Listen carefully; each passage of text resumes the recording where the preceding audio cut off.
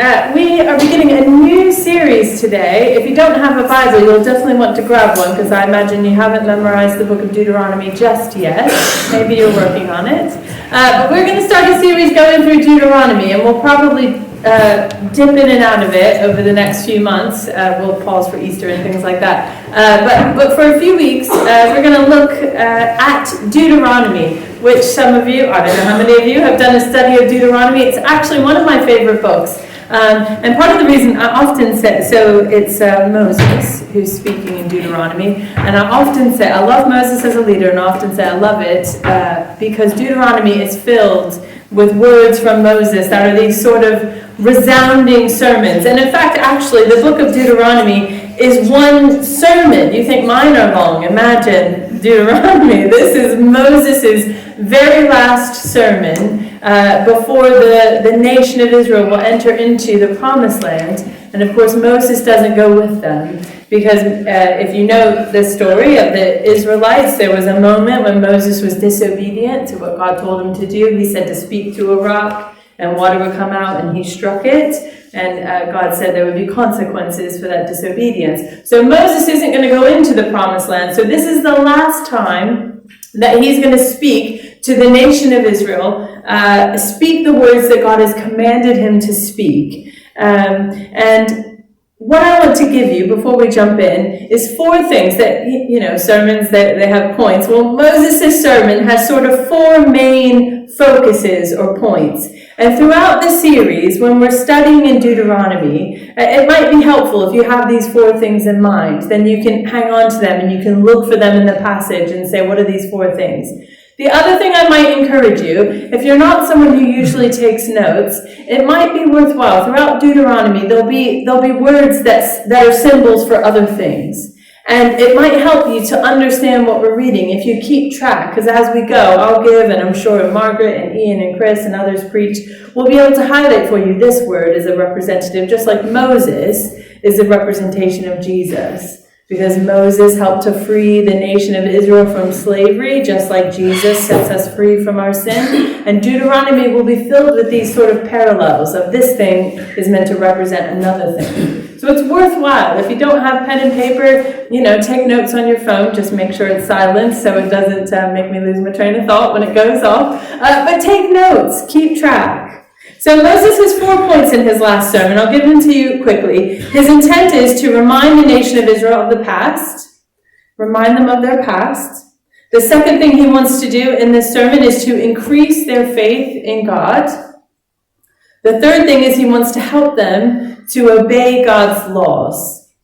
And the fourth thing is he wants to encourage them to conquer the land. That throughout all of these passages in Deuteronomy that we look at over the next few months, you'll find one of these four things, or maybe more than one. So it'd be worthwhile to keep those in mind and say, what is Moses saying? Which one of these four things, or which two of these four things is Moses focusing on in this passage? So we'll have a look today at Deuteronomy chapter 1, verses 1 through 8. If you've got it there in front of you. And the Beacon Bible is page 178. Deuteronomy chapter 1. Verses 1 through 8. And this is what it says. These are the words Moses spoke to all Israel in the wilderness east of the Jordan. That is, in the Arabah, opposite Suf, between Paran and Tophel, Laban, Hazeroth, and Dizahab. It takes 11 days to go from Horeb to Kadesh Barnea by the Mount Seir road. In the 40th year, on the first day of the 11th month, Moses proclaimed to the Israelites all that the Lord had commanded him concerning them. This was after he had defeated Sihon, king of the Amorites, who reigned in Heshbon, and that Edrei had defeated Og, king of Bashan, who reigned in Ashtaroth. East of the Jordan, in the territory of Moab, Moses began to expound this law, saying, The Lord our God said to us at Horeb, You have stayed long enough at this mountain. Break camp and advance into the hill country of the Amorites. Go to all the neighboring peoples in the Arabah, in the mountains, in the western foothills, in the Negev and along the coast, to the land of the Canaanites, to Lebanon, as far as the great river Euphrates. See, I have given you this land. Go in and take possession of the land that the Lord swore he would give to your fathers, to Abraham, Isaac, and Jacob, and to their descendants after them. So the first part of this passage, we're kind of being established what's happening, right? It's the very beginning of the sermon, and actually the first few verses there, the first 5 or so verses, whoever's writing this book, whether it's Moses or someone recording Moses' words, they want us to understand exactly, right? So they're saying, this is Moses speaking, and then they tell you that they're in the wilderness. Now, this is one of those things you want to keep track of. In the Bible, wilderness, like Egypt, is representative of sin. So whenever we see God talking about the wilderness in the Old Testament, or talking about Egypt in the Old Testament, it's a reference to sin, a reference to a mistake, and we'll see why in a moment. But we're here, and we're told exactly where all those hard words to pronounce. I'm sure I said them all wrong. In those first few verses, it's literally trying to position us. Where exactly are the people? And what we're told is that they're gathered just outside the promised land. They're just on the other side of the river. And Moses is up on the mountain, and he's speaking to the people, and then they're going to cross over shortly to the other side. Now, we're told an interesting point, because the writer here wants to position for us exactly what's happening in the life of the nation of Israel. Did you notice? It gives us all those words that, they're between here and they're over here in this place. And then in parentheses there, you see that in verse 2? It says it takes 11 days to go from Horeb to Kadesh Barnea by the Mount Seir road. Why do we need that detail exactly? Because this isn't the first time that Israel has been on the other side of the promised land, waiting to cross the Jordan and go in. They were here once before. Maybe you remember the story, maybe you heard it if you went to Sunday school, or maybe you remember it from your reading, that when they were gathered, and do you remember Moses? He sent in 12 spies into the land and said, spy it out, come back and report. And they came back, and what happened? 10 of them said, it's terrible, it's scary, there are giants in the land, and walls is, thick, and armies running around them, and we'll never be able to conquer this land. Even though God said this is our land, we'll never be able to conquer this land. But the two, right? The two, Joshua and Caleb, they came back, and what did they say? They said, it's an amazing land. It's beautiful. It's lush and green and fertile. It is everything. They said it's a land flowing with milk and honey. It's exactly what God promised it would be. I went to Israel a number of years ago, and I remember we had our tour guide for much of the trip was a Messianic Jew, which was amazing because she had this amazing understanding of the Old Testament because of her Jewish heritage, but she trusted in Jesus. And I remember particularly, I'll never forget this story of the spies. We were at this one tell where there was these ruins, and we were looking at these walls, and I couldn't fit my arms around them. They were so thick, and they were so high. And she said, do you remember in the Bible the story of the spies? I said, yeah, we know that story. I grew up hearing that. And she said, well, if you turn this way and look this way, and it's at the ruins and these massive walls. And she said, this is what the 10 spies saw, and this is what they reported back. And she said, I want you to turn around and look behind you. And we turned the other way, and behind us was just this green valley, like just beautiful. And the sun is shining, and you think, it looks lush. It looks amazing. You think, this is a beautiful place to live. And she said, for the spies, it was all a matter of perspective. Were you looking at the walls, or were you looking at... So I've never forgotten that. And that's what happened. And they came back. They're here at the promised land. They're about to enter in. And they didn't do it. They didn't go because the nation was swayed by the 10. All they could see were the walls. And so we're told that God said, fine, then none of you, this whole generation of people who didn't trust me, who weren't willing to act on what I said was true, you'll never see the promised land. You'll never experience it. And so instead, you're going to wander in the wilderness. And so this note in verse 2, it takes 11 days. You see, what the writer here is telling us, that they've wandered around in the desert for 40 years. Did you see that? Verse 3, in the 40th year. For 40 years, they wandered around. And the writer is like salt in the wound. They spent 40 years doing what could have been a 2-week journey. You think, but I wonder how often we don't trust in God. We don't take him at his word. And so we end up wandering around in life because we haven't been willing to take action. And so we take 40 years to do something that God says it could have taken 2 weeks. And so the writer here sets up this sort of space, that this is where the nation has come, that for 40 years, that whole generation who rejected God's promise, who said, we don't trust you, God, we don't believe you, it sounds nice, but it's too hard, it's not possible. They've all died, and now the nation that are left, the people that are left are the children, basically, of those adults. And now they're coming, and Moses wants to encourage them, you're on the eve, you're on the cusp of taking hold of the promise. Don't make the mistake that the generation before you made. Don't miss out on God's promise. And so he's going to encourage them. Now is the time. Now is the time. And so he tells them in verse 5, it tells us he sets out and Moses begins to expound the law. Now you're going to hear this word law all throughout Deuteronomy, and I think it's important to stop down for a moment just to think about it. The word law in Hebrew literally means instruction. It's God's instruction. So it's different than what we think of when we think of laws of the land. It's God's instruction to the people, or another way of thinking about it is it's God's way of living. So all throughout Deuteronomy, when you see the word law, and Deuteronomy is filled with, some of you who are familiar with the book are thinking, Christy, are we really going to slog through this? But trust me, it will be worth it.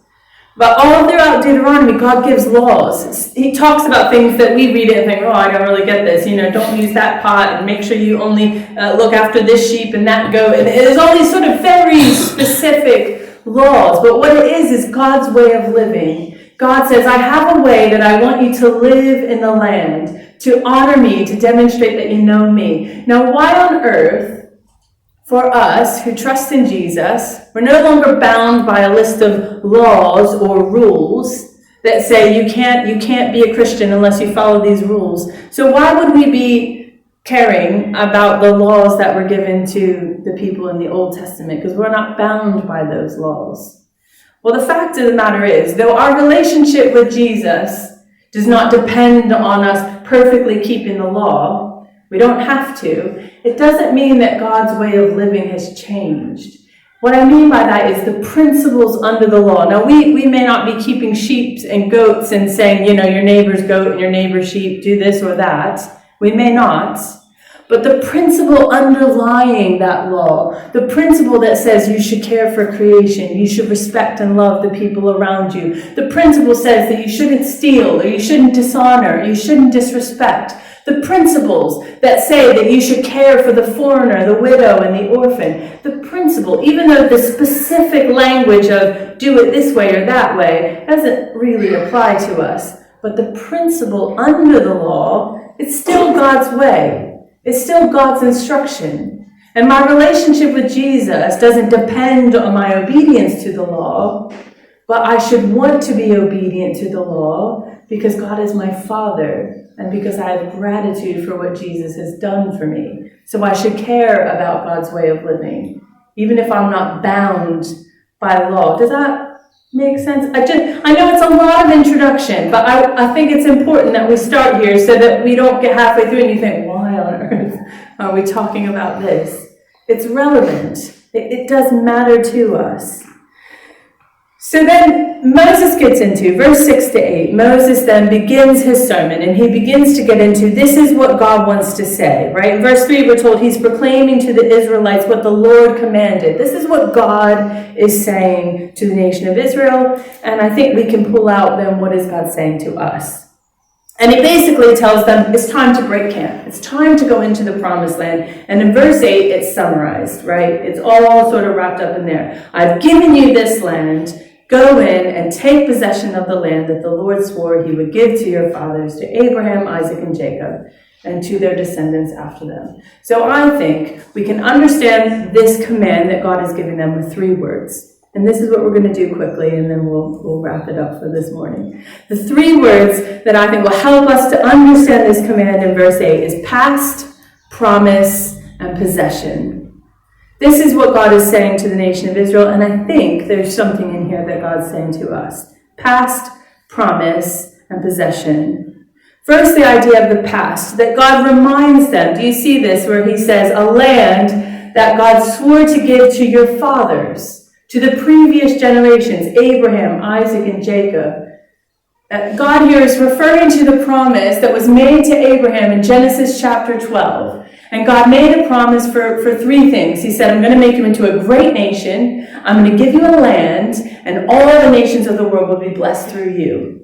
This was a promise. So first God said to Abraham, I'm going to make you into a great nation. And it would take nearly, from the day that promise was made, it would take nearly 400 years before the nation of Israel would end up in, Joseph would move, remember he'd move his family to Egypt because of a drought, and they would grow into a great nation, and the Egyptians were threatened by how large they had become, and so they were enslaved. 400 years, but God kept his first promise. And then it would be 600 years, it would be 400 years they were enslaved, and they came now, and they're standing at the promised land, they're standing just across the river, and what God is doing is reminding them of the past. He's saying, remember the past, remember that God made a promise to you, and now you're on the cusp. He's going to keep his promise. You see, what builds our confidence, what builds our faith in God, it begins by remembering where God has been faithful in the past. And I think what's important about this, from the time that Moses is saying this in Deuteronomy 1 verse 8, to the time in Genesis 12 is 600 years. I think my math is right somewhere in there. Right, 600 years. And here's what's important about that. The people who are receiving the reward of the promise are not the people who first heard it. Some promises are bigger than a single person or a single lifetime. Some promises are bigger than us. And so we look back, every single person in this room is a Christian today and is here in a church building in England because there were Christians in ancient Rome who planted churches and faced the Colosseum. They faced death. They faced down. They were courageous and bold, and they planted churches all over the world. And we're here today. We stand in that lineage. And we have to take the long view of history and say, if God has made a promise, where has God been faithful in the past? That's where our faith begins, with where has God been faithful in the past? In the past in Scripture, we see God's faithfulness here. And where has God been faithful in the past? To me, but what about to my family? I think, where has God been faithful in my parents' lives? And how has that impacted me? Where was God faithful in the lives of the people who came before me that led me to the place that I'm in? That's what builds our faith. It isn't only down to, well, what has God done for me? It's actually across the generations. So God's going to keep his promise that he made in Genesis 12. By the time they're slaves in Egypt, they become a nation. Now, here, 600 years later, they're about to have a land. And when Jesus comes, some, 1,000, 1,500 years after this, Jesus would come. And finally, it would be the beginning of the fulfillment of that third promise, that all nations of the world would be blessed through Abraham's family because of Jesus. And actually, we are a fulfillment of God's promise. We are the evidence that God has done what he promised to do when he made that promise to Abraham. Because all nations, right, in Deuteronomy, God was the God of one nation, of one group of people. Now God is the God of many nations, of many people from all over the world. We are evidence that God keeps his promise.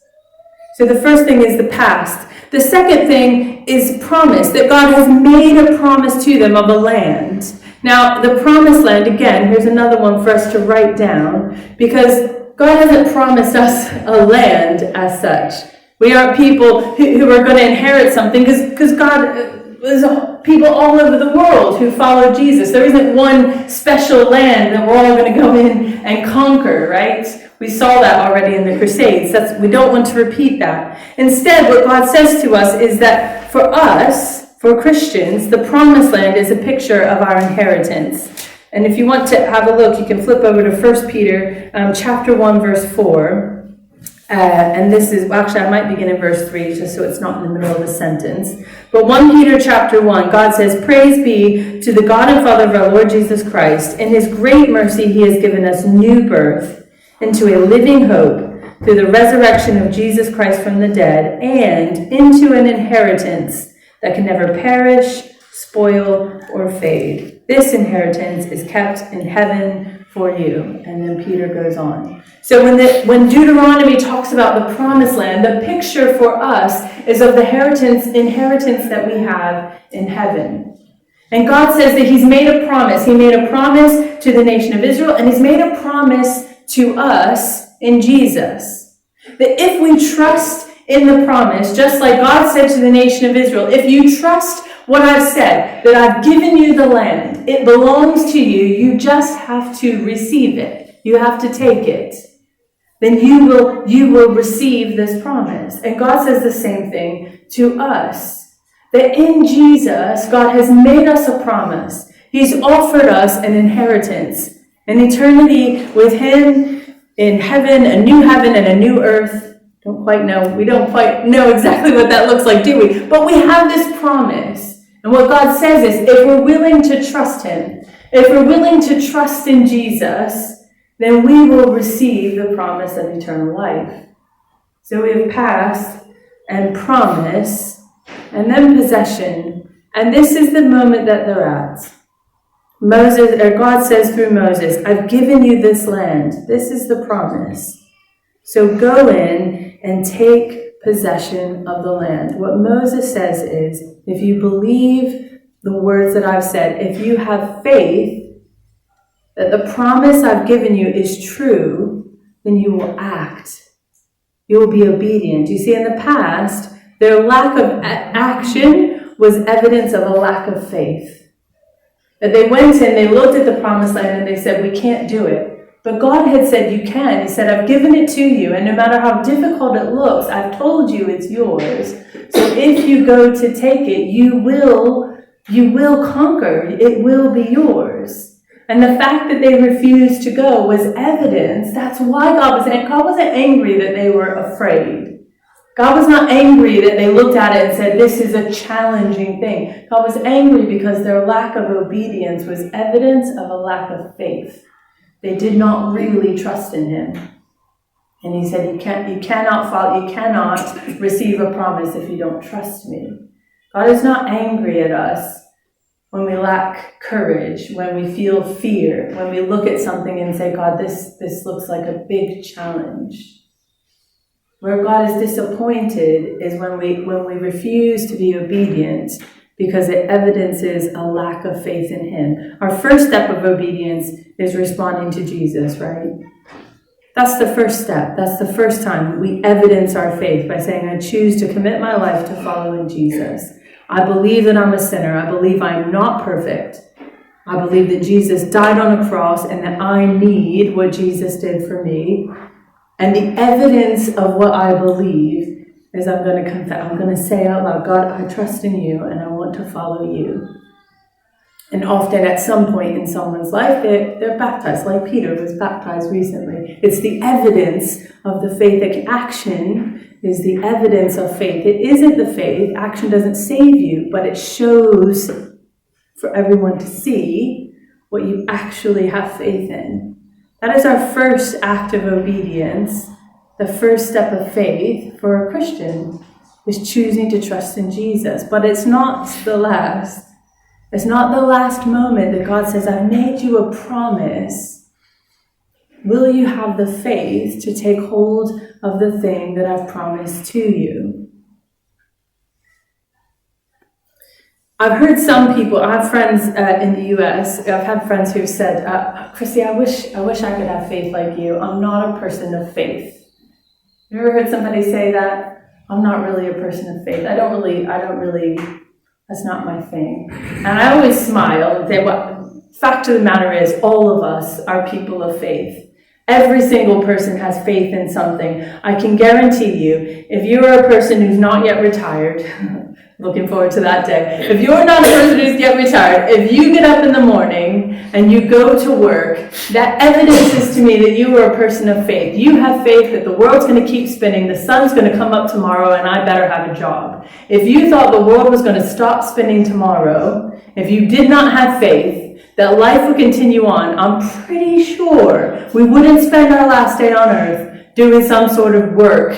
I don't think that we go into a job or we'd be vacuuming the house or doing the dishes. You'd do something else if you didn't have faith that the world was going to keep spinning. Faith is evidence of what I cannot see, right? The world is spinning. If I drop something, gravity tells me the world is spinning. But I can't prove that to you. I'm not smart enough to understand how it works, but it requires faith. All of us have faith in something. It's not a matter of, am I a person of faith? It's rather, what is it that I choose to put my faith in? Do I choose myself as the thing I put my faith in? I am imperfect, I am fallible, and I will die one day, but I'm going to put faith in myself. Or do I choose to believe that there is something bigger than me that holds the world together, that there is one who loves me more than anyone else could love me, and so even though I cannot see or prove that there is a God, I know that there has to be, just like I know that I have faith that the world will keep spinning. I can't see it. It's difficult to prove it. Scientists do their best, but I have faith that it will happen. And because of my faith, I take action. I keep moving. This is what God asks of the nation of Israel, and this is what God asks of us. If you have faith in what God says and what God has promised, then it demands obedience. It demands action. You have to do something with it. James talks about that. Faith without works is dead. Meaning, what kind of faith is it if you're not willing to allow it to affect your life in any way? It's not really much of a faith. You see, the reality is, if we struggle to obey God, it's not a matter of trying harder. Often you come to church and you feel maybe a bit, the sermon really, it's not about trying harder. Being obedient is about trusting more, not trying harder. The more that we have confidence in what God says, the more we should be compelled then to act, to be obedient. If I am I've been really, Chris and I had a conversation after he went to his first impact course, and he shared a story at the church meeting this week of this lad who's staying with them and just seeing people become Christians on the spot. And I remember we sort of chuckled and said, man, so we just have to ask if anybody wants to become a Christian. I felt quite convicted, why haven't I done, I'm a pastor, I should be doing that every week. But as I'm preparing this sermon, what I've thought is, if I really believed that if somebody walked out of this room and they didn't know Jesus, they would not be in heaven with him, then I should be compelled to act. Even though Chris and I feel uncomfortable and awkward about some of what that lad did, I respect he has faith and confidence. Our faith in what God says and the promises he makes should compel us to act, to be obedient. It's not about trying harder. It's about trusting more. It's about growing our faith. We have to learn to strengthen our faith if we're going to be obedient and receive the promise. But faith, and we'll bring it into a close, don't worry. Faith is like a muscle. It doesn't happen overnight. Or I was going to say it's like a diet. I'm one of those ones, I eat healthy for 3 days and I'm am I skinny yet? We're impatient people, aren't we? But I've learned interesting things from my running and from different kinds of exercising about how the body works. And it's fascinating to me to discover actually that it's not just my muscles that are affected when I'm running. It's the way my body can process, called your VO2 max. How much your body can do with a deficit of oxygen. And that the best athletes can actually run faster and harder with less oxygen than I can. Because I don't understand. You can ask Sue later, she might know. But my nervous system adapts to my running. My muscles and my bones and my ligaments, my cardiovascular, all of it is changed with running, but not at the same pace. So my nervous system takes 1 or 2 days to adapt. If I go out for a training run, a couple of days later, my nervous system will have been affected. It will have been strengthened or changed in some way. My cardiovascular system, I didn't write them all down, but there's different ones. There's some parts, I don't want to tell you something and be wrong. I'm like looking at Sue, like, I'm sorry, I'm messing it up. But there's some parts of my system that will take 7 to 10 days before I experience the benefit. But here's the one that gets me. Lots of the muscles in your body, the thing that allows you to, like if you're running far, takes 4 to 6 weeks. Literally, I ran 6 miles yesterday. I will not experience the benefit, the strengthening of that 6 miles in some parts of my body for up to 4 to 6 weeks. I'm so slightly like, but the problem is some of us give up too soon. That's the point here. That people go for that, 1 mile run, 2 mile run, 6 mile walk, whatever. And you do it and you go, oh, that was really hard. That was really difficult. Or whatever it is, if you're, sitting in the, I couldn't walk for 6 months, so there was no running, so I'd sit in the living room on the sofa with tins. Whatever I can do. I won't experience the benefit in my muscles for almost a month, and yet I'm going to go out for a run, and then 3 weeks later, so it still feels hard. When in fact, actually, it gets broken down. Some of the muscles, they get broken down, and then they reconstruct themselves. It's amazing. How can you not believe in a God when we have a body that works like this? It breaks itself down and rebuilds itself stronger than it was before. And so actually, I do my 6 mile run, and what I have to look forward to is for the next 2 or 3 weeks, I'm going to get worse.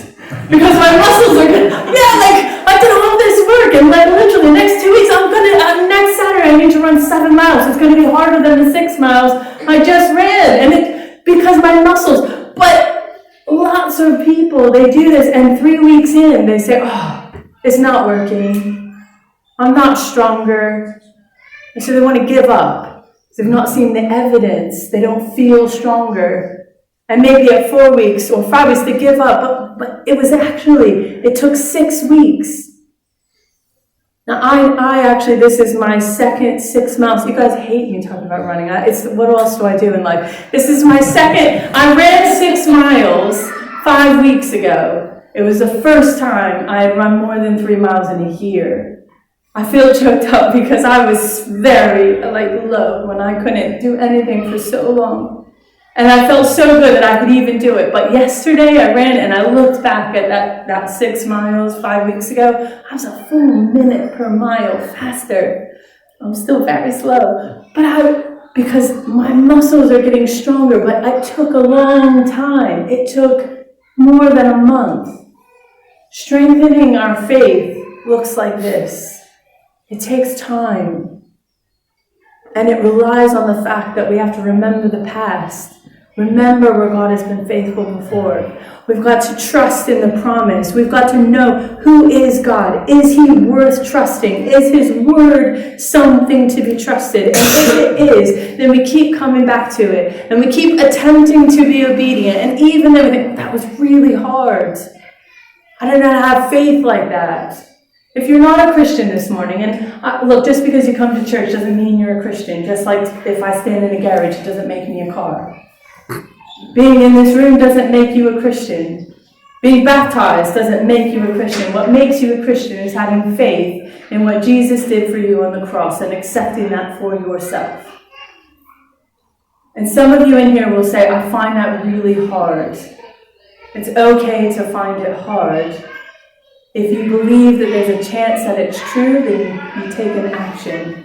And you trust that as you work on that faith muscle, it'll get easier. Because your faith strengthens. And you come to learn something more about who God is. And I don't know if this is a nervous system 1 or 2 day thing, or if this is a muscle 4 to 6 week thing, or if this is a 40 years in the wilderness wandering around before we get it thing. But I know that over time, our faith is strengthened. And as our faith gets stronger, we're able to act more easily. So I'll finish with this. This is my challenge for you. And you might want to write these things down because it might be worth thinking about this week. I've got 3 questions for you.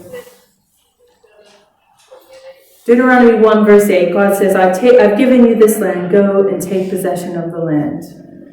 Past promised possession. So here's my questions. Thinking about the past, what has God done? What has God done? Write it down. Take some time to reflect. What has God done for you? If you want to strengthen your faith and you're struggling to do that, just start. What has God done? What have I seen him do in my life, in my kids, in my parents, in my grandparents, in my friends, in our church? What has God done? Go through the Bible. If you say, God hasn't done anything for me, well, it's probably not true. But go through the Bible. What has God done? Second question, promise. What has God said? You see, part of the thing about a promise is sometimes we can get disappointed and say, God did keep his promise to me. But we have to test it. Is it really something God promised, or is it something I just wish he said? What has God actually said? Luke chapter 10. Jesus says, pray therefore that God would send workers into his harvest field. Ask the Lord of the harvest to send workers into his harvest field. God has said, I promise, if you ask, I'll do this.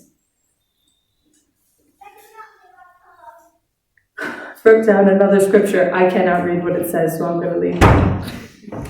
Past promise. What has God done? What has God said? And the third thing is possession. What will it take to act? What will it take for you to act?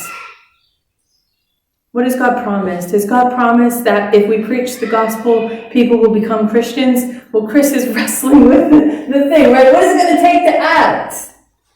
Has God promised something to us personally? Has God said something to you that you are sure you've tested against the Bible and said, look, I know that this is something God has said to me and it lines up with his word? What is it going to take for you to act, to be obedient? Say, I'm going to take a step and trust that what God has said is going to come about, that it is true.